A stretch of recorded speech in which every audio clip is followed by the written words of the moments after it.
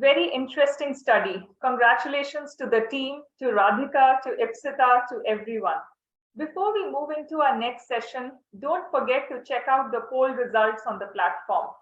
Our next session is on the welfare network. What state and central governments, private and social sectors can do to enable women to avail equal opportunities. And to conduct this session, it's my great honor to invite Christita Perez, Senior Program Manager, Regional Economic Program Asia at CAST Japan. She'll be moderating this discussion. Over to you, Chris. Thank you for that introduction. So, good day, everyone, and welcome to our panel on Gender Specific Welfare Network. In the recent decades, gender equality has gained buzzword status and entered policymaking spheres as a perennial policy goal. But despite the progress, substantial challenges remain. Discriminatory laws and social norms still exist and, in most cases, continue to dominate. Women also remain to be underrepresented at all levels of political and economic leadership. In addition, the pandemic has worsened the existing inequalities, reversing the progress achieved on gender and women rights. The latest World Economic Forum report indicated that it will take the world another 132 years to reach gender parity. Will gender equality remain an elusive goal? Let's hear from our panel of global experts what type of interventions, public and private, have yielded the best results in uplifting the well-being of women.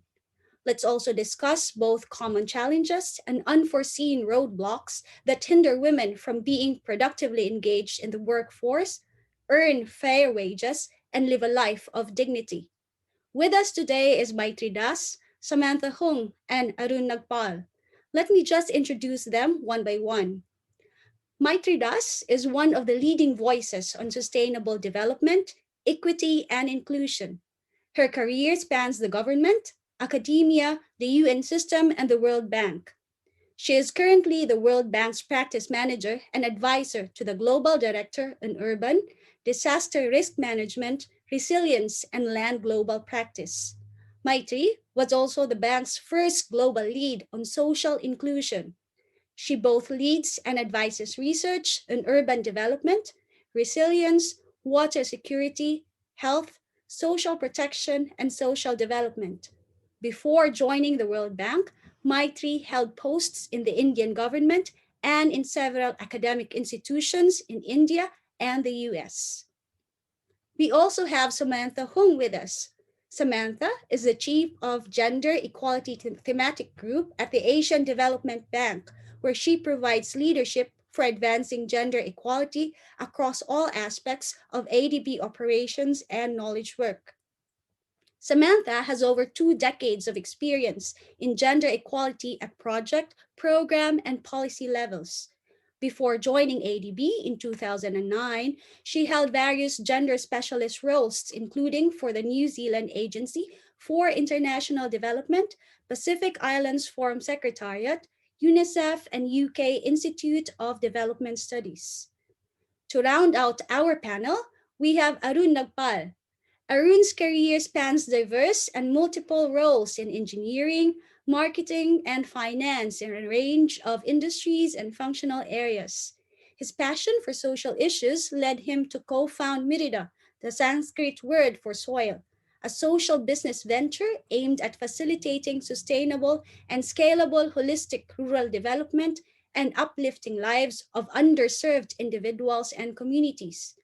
Merida's interventions in remote rural areas include energy access, education, health and nutrition, skill development, livelihoods and entrepreneurship, women's empowerment, and agriculture. Since its inception, Merida has initiated interventions in 70 villages across 9 Indian states, impacting over 30,000 lives. Figures that Arun and the team are now aggressively attempting to scale up both in domestic and international spheres. So, welcome and so good to have everyone on the panel with us. Let's begin. So, every year, the WEF produces the Gender Gap Index, which benchmarks the current state and evolution of gender parity, economic participation and opportunity, educational attainment, health and survival, and political empowerment. Now, Maitri co authored a seminal World Bank report titled Inclusion Matters, the Foundation for Shared Prosperity, where her team outlined the drivers of social inclusion with the state leading the intervention for change. Now, the index rankings have evolved through time, but the top economies have closed at least 80% of their gender gap.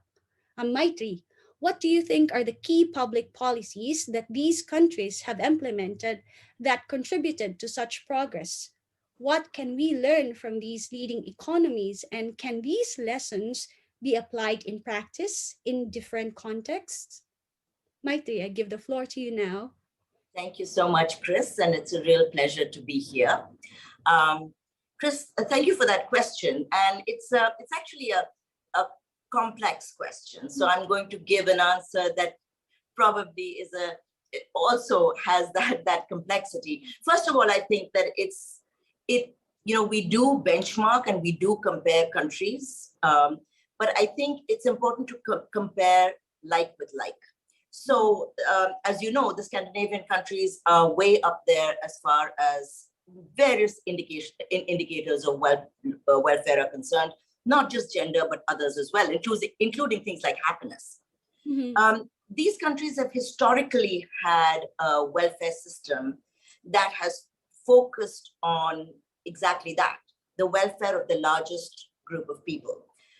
Inequality is low. Taxation is very equitable, and you don't have very rich and very poor people. You also have basic services covered, not just today, but basic services have been covered historically. So there is a historical reason why these countries have evolved the way they have. I will leave you with one thought here, which is that yes, the state is preeminent, and you're absolutely right. That's what we say in our flagship report, Inclusion Matters. But the state does not act it acts in tandem with citizens. And there is a social contract that the state forges with its citizens, which then leads to policies that are palatable and policies that are implementable. If the state puts in place policies for which there is no support, the chance is that those policies will not succeed. And Scandinavian countries have historically forged a social contract where they have all agreed, the state and citizens have agreed that they will have a more equal, more equitable society and an economy. So let me just leave you with some of those thoughts, and to say that yes, there's a lot to learn from publicly provided care, publicly provided services, which is what these countries have. But by the same token, countries have evolved in different trajectories. And I think that it's really important to be able to look at the historical circumstance of countries and then assess where they are in terms of not just gender equality, but other forms of inclusion as well. Back to you, Chris. Yeah. Thanks, Maitri, for those thoughts. I will get back to you, especially on comparing like with like later on. But I would just like to take your thought on this. The state doesn't exist in a vacuum. It doesn't operate in a vacuum. In many cases, the private sector also has a role in making sure that gender parity outcomes are met. So the private sector in many cases have been actively engaging with the community and governments to enhance the well-being of women through targeted welfare measures. So last conference, uh, sorry, we talked about the large scale change that can be brought not only through the collaboration of governments, private sectors, and the social sector. So before going to Sam, I'd just like to rearrange the order of the panel, taken from what Maitri said a while ago, because I think it would tie up what we discussed a bit more, a bit better. So integrated social responsibility initiatives form a core element of Merida's strategy. So, through this partnership with leading Indian corporates, Arun, can you tell us about how this type of framework contributes to achieving gender parity outcomes, and how do we identify the effective models and try to scale these? Arun, can you take the floor, please? Thank you. Thank you very much, Chris. And I must say it's a pleasure to be a part of this panel and of this conference. Now, in our experience, two aspects that can either hamper or spur real development are sustainability and scalability. Another critical factor that I'd like to highlight is the holistic or the integrated approach to development. Now, it's a well-known and established fact that when more women work, economies grow. Similarly, development benefits, whether they are monetary or otherwise, are known to last longer and benefit a larger number of people if they initially accrue to women, right? So therefore, women per se are key to development, particularly from a sustainability, but also from a scalability point of view. Synergy between government, private sector, and social enterprises, on the other hand, is critical from a scalability, but also it impacts sustainability. Now, let me try and explain this with the help of a few practical live examples that, we've been associated with.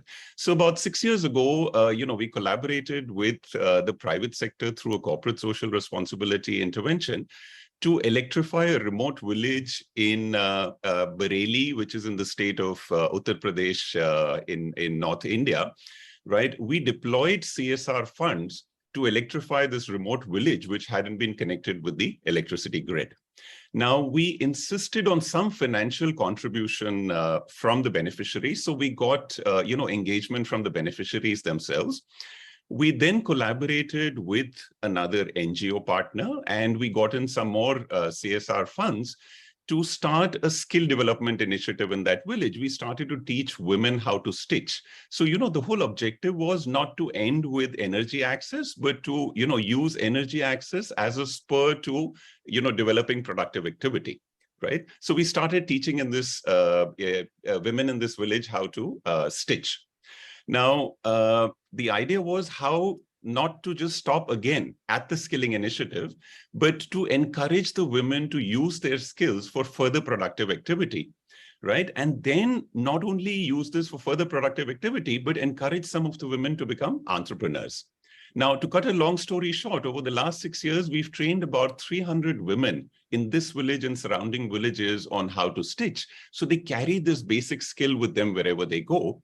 And some of these women have set up a self-help group, and they've set up a stitching center. What we did then was to help the stitching center to get access to markets, both in urban areas as well as in other parts of India and overseas. So in a nutshell, what has happened today is an intervention which started with a small solar-powered LED bulb, a 2-watt LED bulb, has now translated into 300 women being skilled and a stitching center of women entrepreneurs, which is supplying their products, in markets in India and overseas.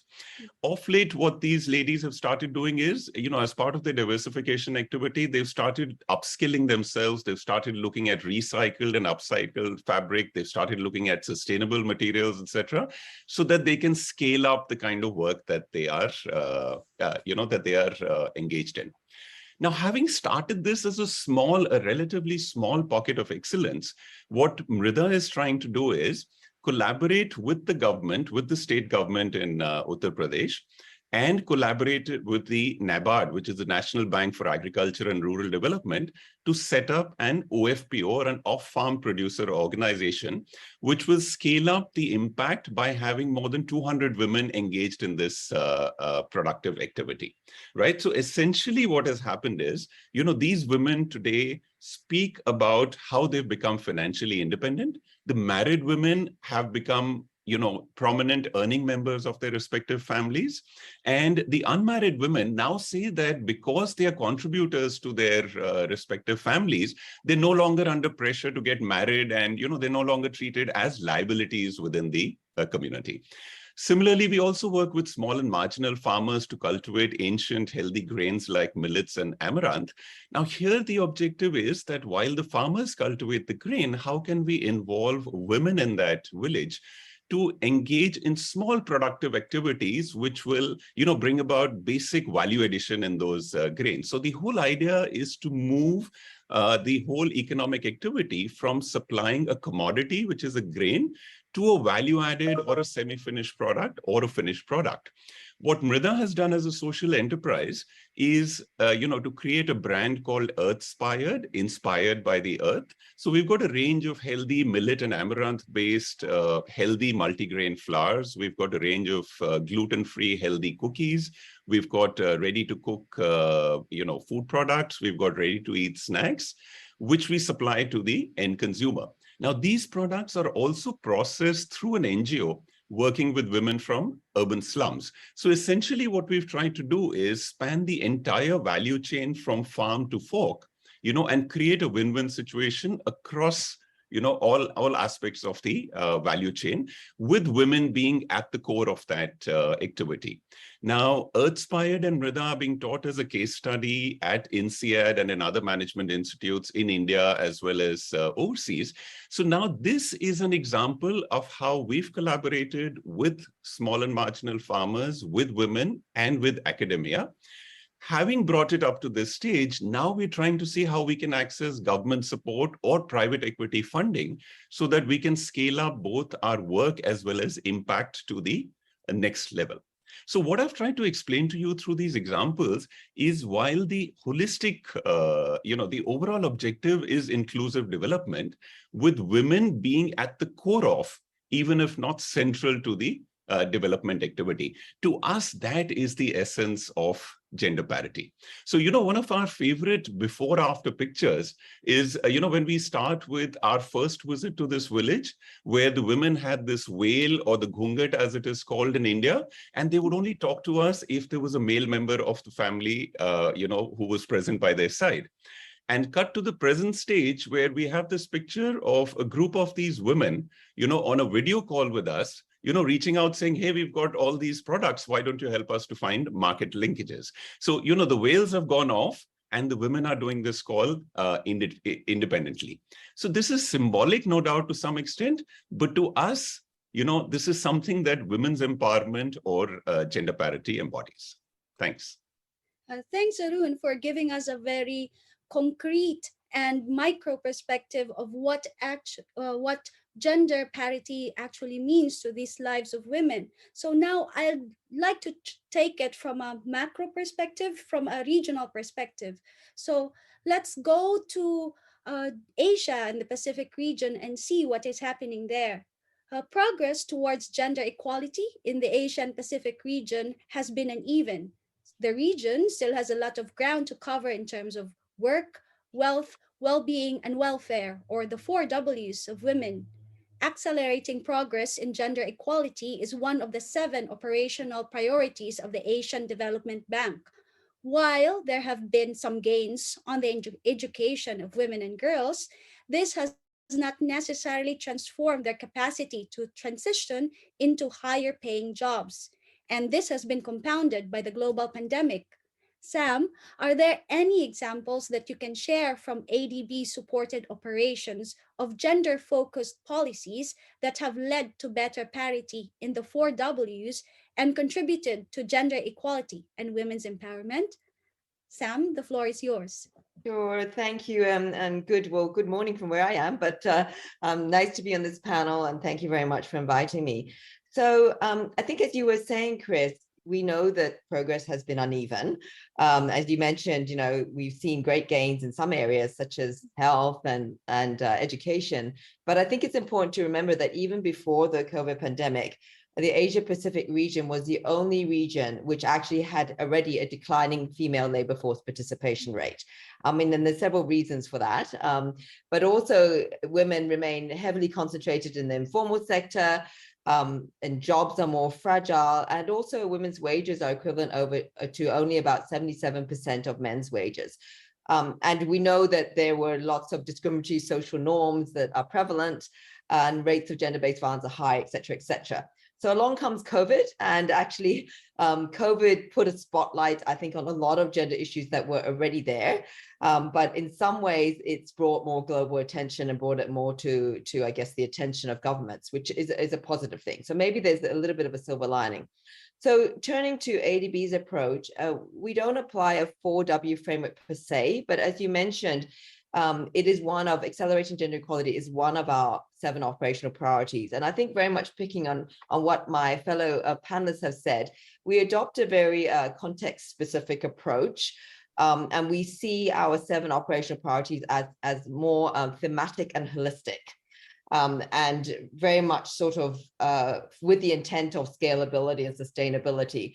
So in terms of gender specifically, we look at it in terms of 5 main areas, and those are economic empowerment, human development, decision-making and leadership, time poverty reduction, and resiliency to shocks. So shocks may be climate shocks, economic shocks, or health shocks, as we've recently experienced.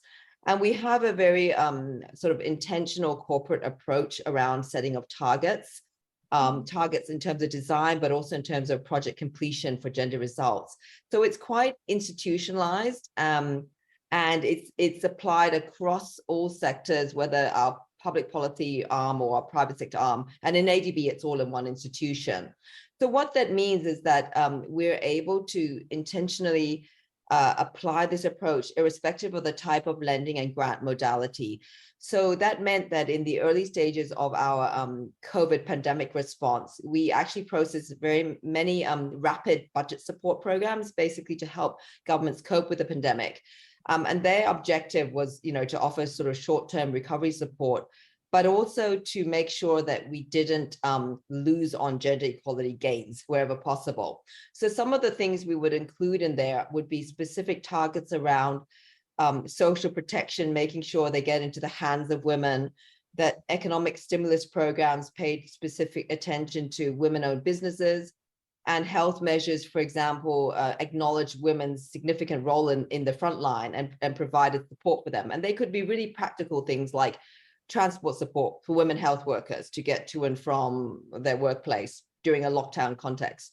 But it also pivoted our operations more towards a focus on gender-based violence. So in some of those budget support programs, the design ensured that services for gender-based violence survivors did not get detracted to other budget lines or other forms of support, to make sure that that was preserved.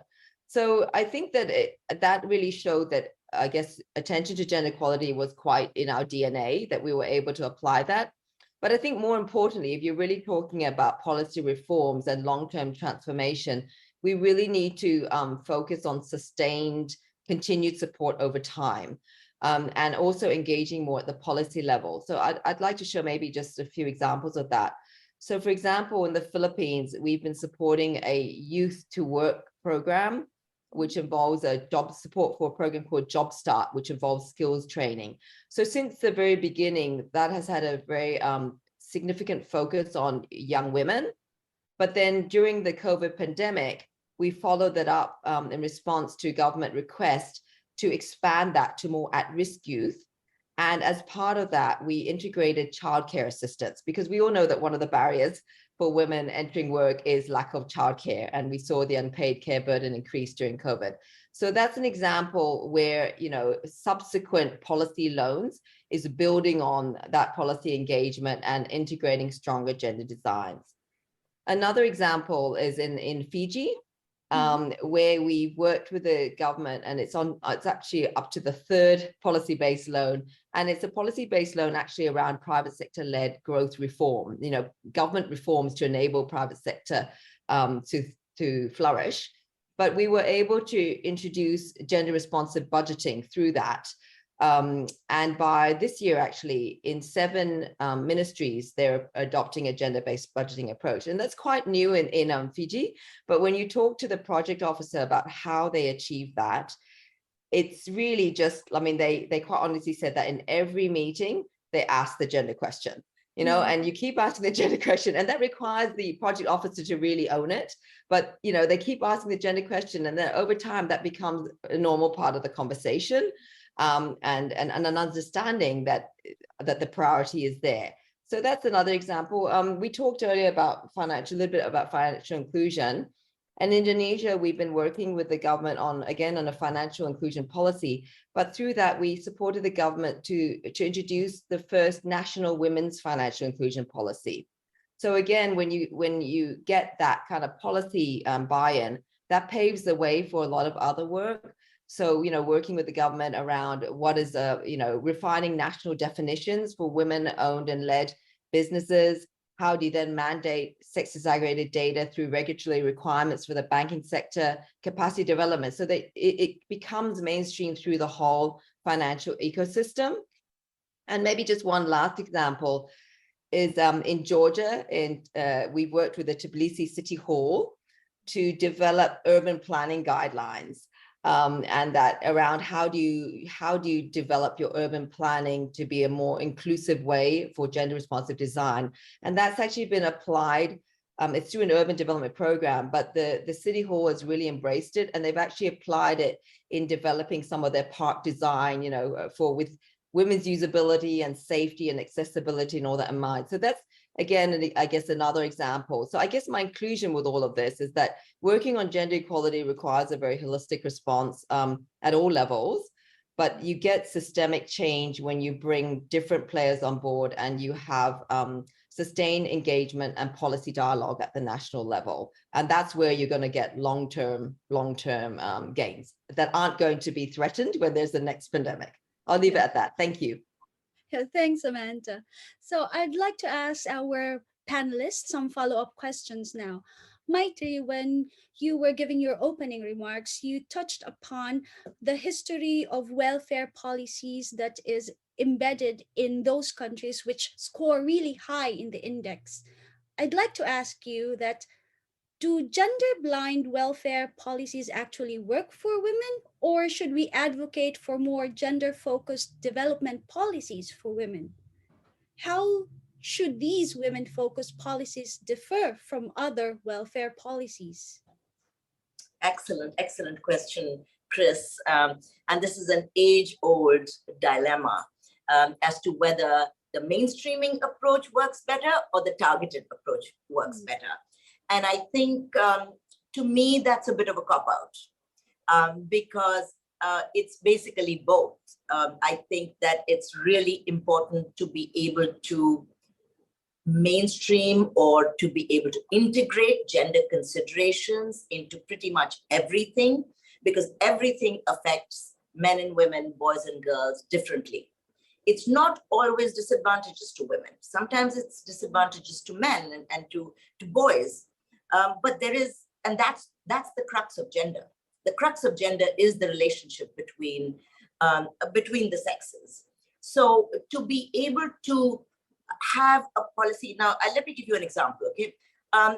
You would have thought that a policy that is, or a project that is reforming or focused on the reform of a utility, say a water utility, what's gender about it? You're reforming a water utility, you need to have it be more effective, more efficient. You need the utility to be able to deliver water services to a large group of people. But each of those things has got a gender component to it. And this is what, we talk in both in Inclusion Matters as well as a report on gender and water, which is called The Rising Tide. We talk about water as a resource and water as a service. And when you're talking about the delivery of services, water services affects households and people within the household very differently. But the utility, and let me come back to that, because people think that utility reform is either a management issue, which it is, of course, or an engineering issue, which of course it is. But it is also an issue about modernizing a utility. What does a modern utility look like? And the reason I'm using the example of a water utility or an energy utility, because these are places that have historically had very few women in the workforce. So these utilities, and there are utilities in Asia, for instance, that have 1 to 2% female representation in those utilities. Many of them are public sector utilities. So these are these large public sector utilities in huge cities across Asia, which are entirely governed or the employees are pretty much all men. Now, why does that matter? Why does it matter that the employees are all men? It matters for many reasons. Number one, that the opportunity to be employed in those places should be equal to men and women. So it's engineers or HR professionals or accountants or whoever makes up a good utility, those jobs should be open to both men and women, and not just open, but there should be an equal representation of both men and women in that utility. A second part is that increasingly the evidence shows that having a higher representation of women, of minority groups, of different racial groups, changes the manner in which a utility or an organization actually thinks about the services that it is delivering, the products that it is marketing, the people for whom it is there. So that diversity is extremely important in a large utility, to be able to think about, what are the hours during which, if you don't have 24/7 water, which most of our cities, let me tell you, in Asia don't have 24/7 water, what are the hours during which the water is actually delivered? Who is home at that time?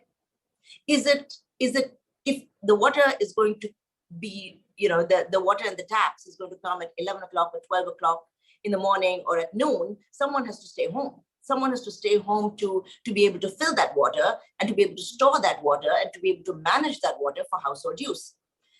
Most of the time, that's women. Not all the time, let me say, not all the time. Sometimes it is a joint responsibility within the household. And the reason I'm talking a lot about joint responsibilities, both within the household and within society and economy, is that I think this is a bit of a trope. The fact that women are always disadvantaged. I think women and men are advantaged and disadvantaged in different ways. And it's really important for us to be able to ex ante understand what is causing a particular disadvantage. So let me get back to the utility example. What we discovered while we were designing projects in the water sector was precisely this, that the focus was entirely on women's role as water collectors and as water storers. The focus was not on women's productive responsibilities as to, whether street vendors who are selling vegetables have access to water, and those street vendors tend to be quite often women. Or the use of water for other productive purposes, not just in the informal sector, but outside the informal sector as well. So there are many, many gender aspects to water. And one of the things we focused on was that we have a utility turnaround framework where we say these utilities really need to be transformed and be fit for purpose to be able to deliver the services that a city, and typically these are citywide utilities. There are also rural utilities that look very different from city utilities. So what do we want from a modern utility? What we want from a modern utility is that it should look like a microcosm of the society and the people that it is meant to serve. But what we also found was that if you actually mandate that the utility will hire women, it doesn't really work. And the reason it doesn't work is because there is a huge chunk of engineers that are employed in the utility. Now, you would say, well, of course, there are engineers all over the world. There are female engineers. And that's when you get to the point of, are there really that many female engineers in a particular city? In many places, engineering colleges tend to be very, very male. And when you take a look at engineering colleges and people that graduate from engineering colleges, you do find a lot of women graduating, but then they disappear. So you don't know where they went. So the pipeline for that particular utility of women that would be engineers is a very thin pipeline. And so you have to go a little bit further back on the issue of, okay, where's the supply for female labor? The supply for female labor isn't coming in the engineering route. As a result, you find women are disproportionately in HR roles. Women are disproportionately in accounting roles. They are disproportionately in the lower paying roles, in the lower grade roles. because that's where female labor supply is coming out of. Let me end, and I could talk quite a bit about this. Let me end with the demand for female labor. So we keep talking about how families won't allow women to work, or childcare responsibilities or other care responsibilities won't allow women to work, or water coming in the middle of the day, water supply coming in the middle of the day means that she has to stay home to fill water. These are all female labor supply issues. And they're very important. They're extremely important issues, especially things like the burden of care. But there are also, the demand for female labor is also extremely important. So companies or even the public sector actually mirror many of the social norms that exist in that particular context. So I've heard people say, well, we'll never get women for X or Y because women don't apply for these jobs. So then the question is, so, well, this is again, in Inclusion Matters, we have to ask why. And, in engineering as well, when you're trying to fix a problem, you ask 5 whys. And you say, okay, so why aren't women applying to these jobs? Well, they're not applying to these jobs because, it's too far from work. Okay, so why is it too far from work? Because they don't have, because there's no transportation. Okay, so why don't they have transportation? And once you get to these pretty much 5 times, once you've asked the why question, you will be able to zoom in on really whether it is a demand for female labor or a supply for female labor issue. And one of the, in one of the papers that I've written, and various others have pointed to this as well, is that the demand for female labor and the supply for female labor are mutually reinforcing. The two of them they are both contingent on the social norms. They are both contingent on the kinds of barriers that show up both in employers and in mindsets of employers, and in the mindset of the households that are providing female labor. So I've seen a very, you see this all the time. You see senior colleagues being really paternalistic to their younger female colleagues. They think they are the older brother or the father or the whoever, and they feel that they have to be protective. Well, women don't want the protection. They want the opportunity. So let me stop there. Thank you, Chris. Back to you. Thank you, Maite. Your example illustrated beautifully that the decisions and who makes them, and if women are involved in those decisions, will substantially affect outcomes. So that is at the organization level. Let me take it up a bit higher and ask Sam, if more women are involved in policy-making roles, especially at the political level, does that lead to more targeted policies for women and a better society for women as a whole? What is ADB's experience in promoting women-focused policies, including women in leadership? And what do you think are the impacts of these policies? Sam?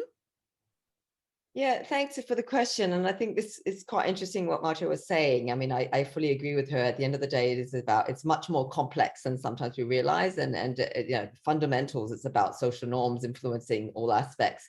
So I talked a lot about policy earlier. So I will focus maybe now initially on the women's leadership piece. I mean, and as, for reasons that Marta was saying, there's no question that we need more women leadership in all sectors and at all levels. It's important for equal voice, but also, reflecting and mirroring demographics, as we've heard.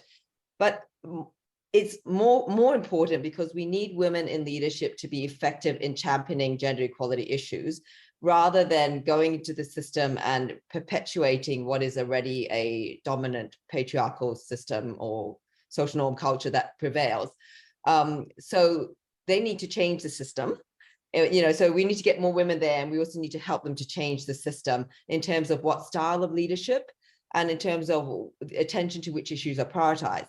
And at the same time, we also need to encourage men in leadership to adopt a different form of male leadership that may be valued or may prevail, and also to champion gender equality. I mean, a personal example, I come from New Zealand is home for me. And I always really like the quote by our Prime Minister Jacinda Ardern that the day that kindness is valued as an important leadership trait would make quite a different world. So it's those kinds of ideas that come through. I mean, I think that if you look on the private sector and the HR front, that there is plenty of global research which shows that diversity of perspectives, including gender diversity in management, leads to better decision-making and also better bottom line profits. So I think if you apply that same kind of ideology to policy making, I mean, it's the same. And I guess that speaks to the point about that Marsha was getting at, demand for female labor is also the demand for women in leadership, because it's when the value proposition of it is appreciated, that it leads to better results, then you're more likely to get that demand. So I think in the COVID time, we also had some interesting research that came out from the Center for Economic Policy and Research of the World Economic Forum, looking at 194 countries and how they responded to COVID. It found that countries that were led by women had systematically and significantly better COVID-19 outcomes.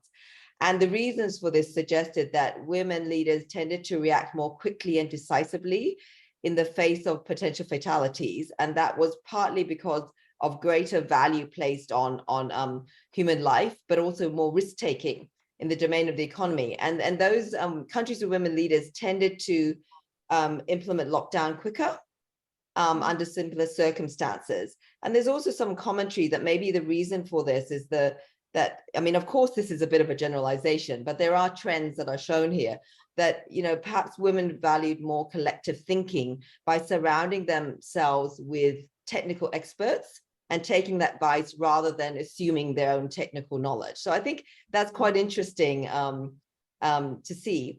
So in terms of what ADB is doing, I mean, I think Marsha talked a lot about what's done sort of at project level or institutional level. We do all that. So when we're working with our private sector clients, we always encourage to engage with them about, how do we promote a more gender inclusive workplace?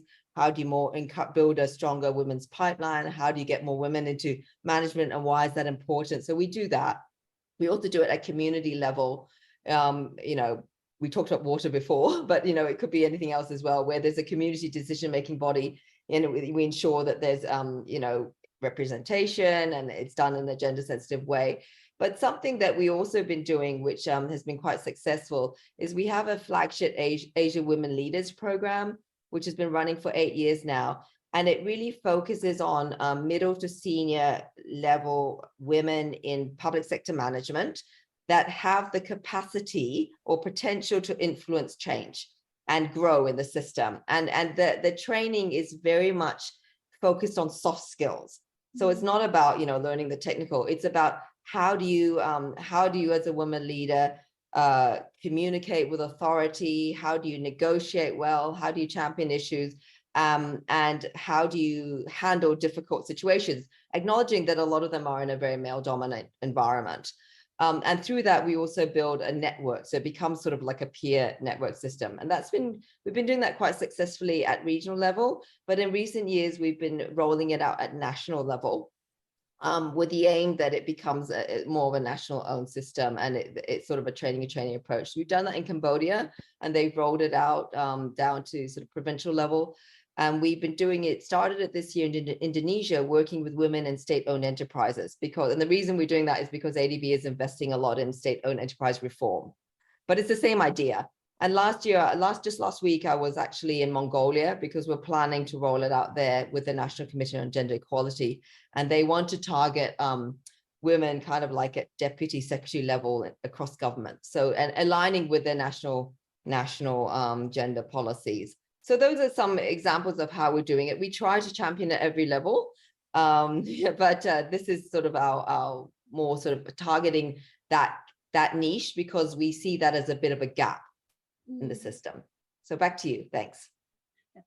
Thanks, Sam. I think it's important really to create an environment where women can actually succeed and thrive. So I'd like to ask Arun, how can we create this ecosystem for multiple actor collaborations that produce the most impactful outcomes for women? And how can we sustain these gains from such public and private partnerships? Arun? Thanks. I think a very, very relevant question, Chris. And ecosystem, I would say, is absolutely the right word. There is no single or one size fits all solution to something like this. It's the underlying principles, that are important to understand, to imbibe, and to internalize. So I would say, firstly, we need to build and showcase many pockets of excellence in different areas, in different states and countries, with different products and services. And I must say, it was really encouraging. I shared some of these examples of what we've done in India, and it was wonderful to, hear both the panelists talk about, different products and services and in different parts of the world. So that's exactly what we need to do, build many such pockets of excellence across the globe. The second thing that I think is very important is we now need to create a critical mass of such, because these are happening at the micro level. So what is very important is to create a critical mass of such pockets of excellence so that collectively they can build up a momentum of their own. They can become virtually a movement of sorts. Right. And the last thing, now, once you have these pockets of excellence, you've kind of built up that critical mass and created that movement. Finally, you need a facilitating policy and funding framework, of the government or at the institutional level or even at the multilateral level. So, this is what I think is collectively required. So, if you look at the pockets of excellence, you look at the critical mass, you look at the facilitating framework, I think if we're able to do all these things collectively, that is what will build upon this movement and facilitate an increase in the momentum as well as the pace and the process of scaling up. Thank you. Yeah, thanks, Arun. Thank you so much for a really nice discussion. I think it's now time to open this session for questions from our participants. So I have here some questions. Perhaps in the interests of time, I'd limit these to 3 questions and I'll ask each of our panelists to answer. Of course, the other panelists are free to add their own rejoinders, but yes, I think we can start maybe with this one, discussing the gender index with special focus on Bangladesh, Nepal, and Sri Lanka. I think I'll ask this question to you, Maitri. Why are Bangladesh, Nepal, and Sri Lanka all above India in terms of the gender index? They are at the lower levels of development and have a similar patriarchal society. How did they do better for women? What policy actually worked for them, and can India replicate that? Look, again, when we say, yes, it is like for like, but I should also add that this is, the achievements of Bangladesh, Nepal, and Sri Lanka have been spectacular. There's no doubt about it. Particularly Bangladesh and Nepal, that started from a really low base. Sri Lanka started from a slightly higher base, but Bangladesh and Nepal literally rebuilt their nations. And let me give you the example of Bangladesh. In 1971, it actually had come out of war. It was a new nation. And one of the things that Bangladesh did very early on was to have this social contract that I talked about in my opening remarks, is that there was an understanding between the state and citizens that there were 2 or 3 really strong priorities. One of them was poverty reduction, because it was a very poor country, and there are awful references to Bangladesh from the 1970s that people from the West had made. Somebody called it a basket case. I think Kissinger called it a basket case, or the Ehrlichs and the population bomb said that Bangladesh was basically going to disintegrate and overpopulation was going to take over. Super Malthusian kind of analysis of Bangladesh in the early days. Bangladesh has completely turned around all of that. It has basically stood all of that on its head. So poverty reduction, gender equality was an express goal of the early state, the early Bangladesh state. And the third thing was Bangladesh had historically, even predating the 70s, suffered from natural hazards and extreme weather events. It's a low-lying country, as you know, and had been suffering huge disasters that go back centuries, and had put a system in place to be able to deal with those disasters, and a very strong safety net. And that safety net was actually to deal with these disasters. Bangladesh in the 70s, I'm blanking on the number, but there used to be a huge number of deaths that came out of cyclones and tornadoes and other extreme weather events like flooding. Today, Bangladesh still suffers from the same extreme weather events, if possibly even more, but it doesn't have a single fatality. And that's the kind of thing that Bangladesh has completely changed. Poverty reduction has been incredibly fast. The safety net is very strong. It continues to be very strong. And gender equality has always been a priority for Bangladesh. And, you know, people give the credit for that to various NGOs. But if the state had not created the space for NGOs, and if the state had not worked in tandem with the NGOs in order to deliver on this broader national vision, Bangladesh would not be where it is. So this is an incredible success story. There's one other reason. Bangladesh, inequality in Bangladesh was historically low as compared to India and Pakistan. And the part of the reason why inequality was very low was because of the agrarian structure of Bangladesh. Bangladesh was always a rural dominant society.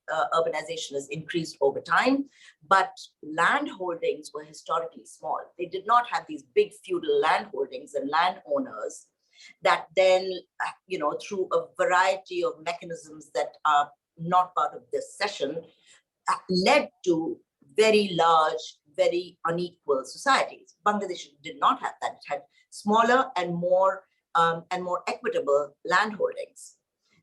But also the fact that there were many landless people that had access to safety nets and continue to have access to those safety nets is a very important part of Bangladesh. I mean, look, diarrhea, for instance. Bangladesh used to suffer terrible diarrheal deaths. Children in Bangladesh that was the leading cause of mortality for children under the age of 5 in the 70s. There is a fairly iconic institute in Bangladesh. It's called ICDDRB. It's the International Council for Research and Diarrheal Disease in Bangladesh. That actually put in place a regime that the entire country followed. It's a protocol that it's a very simple protocol to limit diarrheal disease. Diarrheal disease is of course, it exists in Bangladesh, but nothing like other countries of its income level. So just to say that none of Bangladesh's success is not incidental. Bangladesh's success was very intentional. And it was a very, very unique context. The same with Nepal. Nepal, the last peace agreement was, I think, in 2006. I was actually working on Nepal at the time, and working on Nepal even during the insurgency, the Maoist insurgency. And interestingly, even during the Maoist insurgency, there was a huge focus on human development outcomes.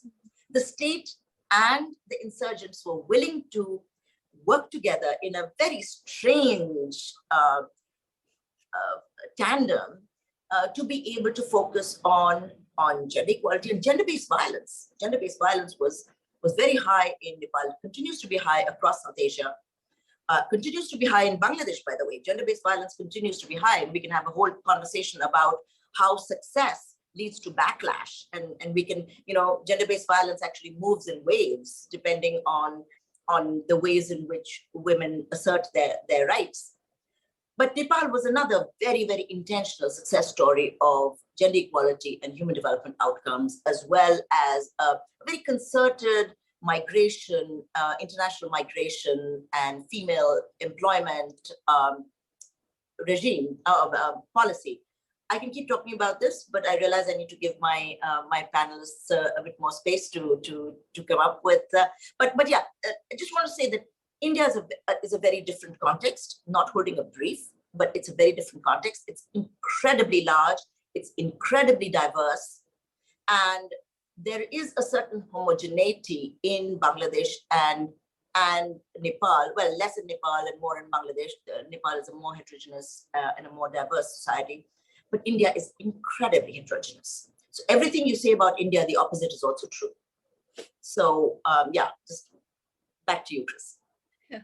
Thanks, Maite. I think I can listen to you all day as well, discussing all of these differences and similarities in these South Asian countries. But unfortunately, our time is limited. So I'll ask the next question. This is for Sam. Sam, what is your opinion on job market trends for women in post-pandemic recovery? Have you observed greater attention to the importance of gender equal workplaces to attract and retain women staff? Can you please share some ADB supported examples on these issues? Thank you, Chris. And I think, you know, that's when you've got passionate panelists, we can talk and talk and talk. So yes, I think maybe I'll focus more on the latter part of the question. I mean, the job market trends, I think it's a little bit early. I mean, I'm encouraged that I think that the pandemic experience has forced the world to look at the world of work in a different way. I think it's been such a dramatic shift in terms of prolonged periods of remote work, working from home, different works that I think that I'm hoping that will lead to longer term change, and also better consideration of actually how do you actually ensure secure jobs for everyone, particularly women, going forward, so that we don't have a repeat of this kind of situation. Because of course it is well known that a lot of the industries that were disproportionately affected were industries where women were heavily concentrated in the labor market. So we need to diversify that.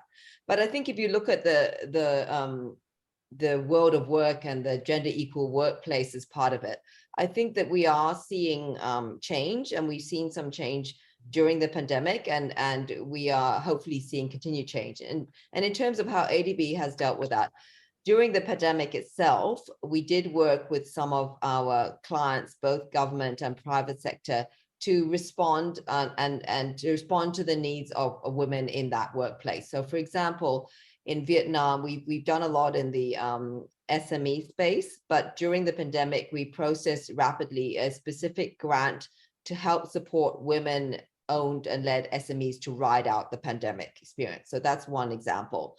With the private sector, another kind of quite interesting example is we provided liquidity equity support to an airline that was obviously not operating very much during the pandemic, but to help that airline survive. And as part of that, we integrated a targeted cadet training program for female pilots. So during the pandemic, so that we could diversify and build the pipeline of women into roles in that airline that they previously were not heavily represented in. And so now that as we're coming out of the pandemic, then there is this pipeline of women that can be employed in these sort of higher end roles. So that was an interesting approach.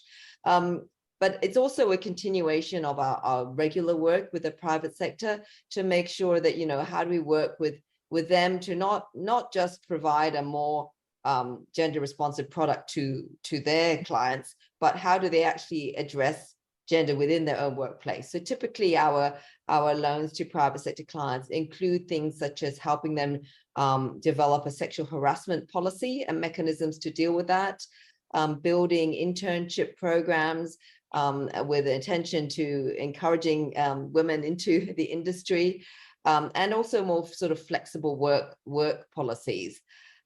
It's important to also, I think, understand this well and not make assumptions. You really have to understand the context.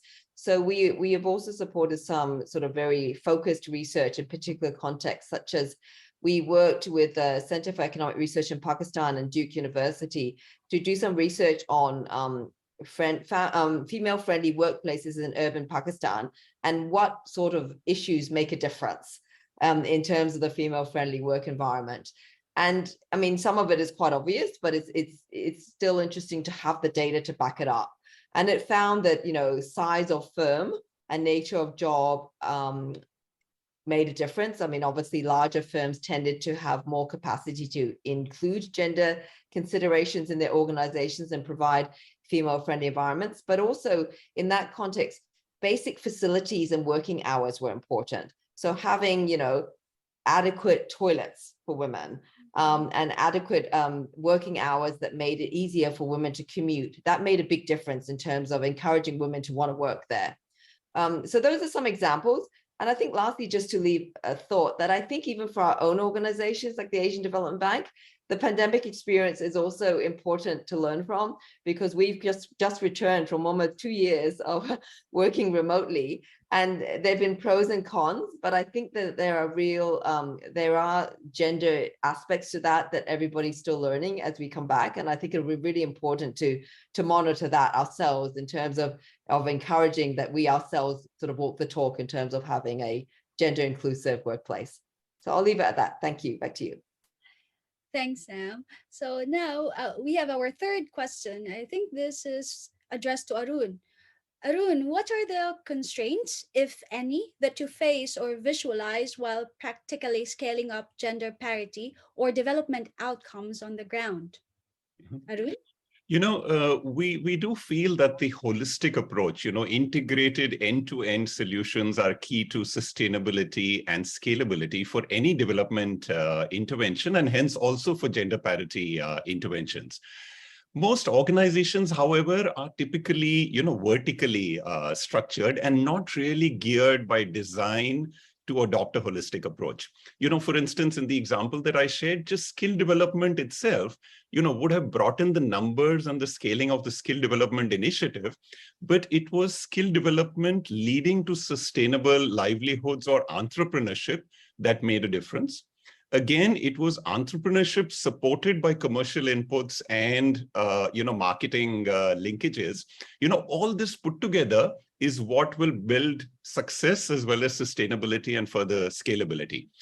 Unfortunately, however, what one finds is organizations are typically organized, you know, along individual pieces rather than on the holistic, you know, end result. So that's one of the constraints that, you know, one faces on the ground. Another constraint is what I would term as a patient capital. You know, development initiatives, as I think Maitri specifically pointed out, are all about changing mindsets, and changing mindsets takes time. You know, often there is a pressing need to show the numbers, you know, to show the deliverables and show them quickly, right? So while quick results or deliverables on the ground is possible, it may be possible in the short term, but often it's at the expense of sustainability and long-term impact and stability. You know, so that's another thing that I'd like to point out. In fact, the importance of patient capital along with financial capital is something which I just cannot emphasize enough. Thanks, Arun.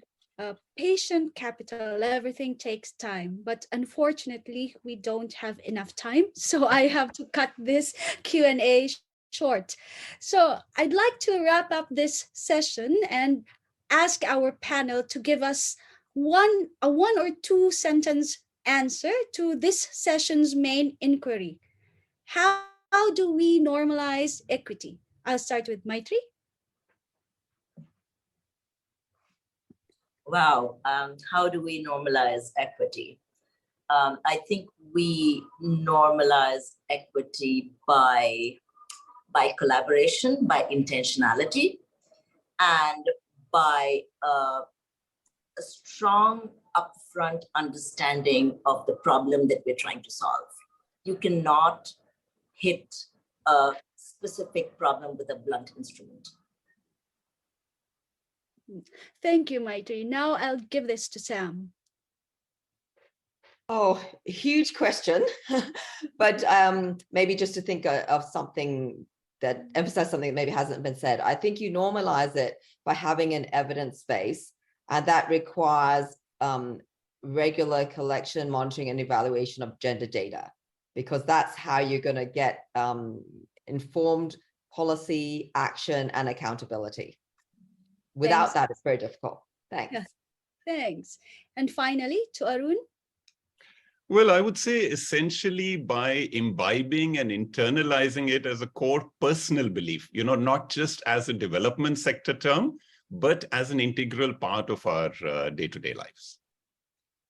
Thank you, Arun. So on behalf of the conference organizers, Talentnomics India and the Konrad Adenauer Stiftung Japan office, I'd like to thank our panelists, Maitri Das, Samantha Hung, and Arun Nagpal for the valuable insights that they have shared. We hope that you have found this session enriching and enjoyable as we all have, and we encourage you to stay and participate in the remaining parts of the conference. Thank you, everyone, and have a good day ahead. Bye. Thank you. Bye-bye. Bye. Thank you. Thank you. Thank you, Chris, and thanks to all our wonderful panelists for deliberating on such crucial welfare measures and their disbursement, enriching the policy space and making it much more gender sensitive and equitable. Disha is waiting for you for our next session. Thank you.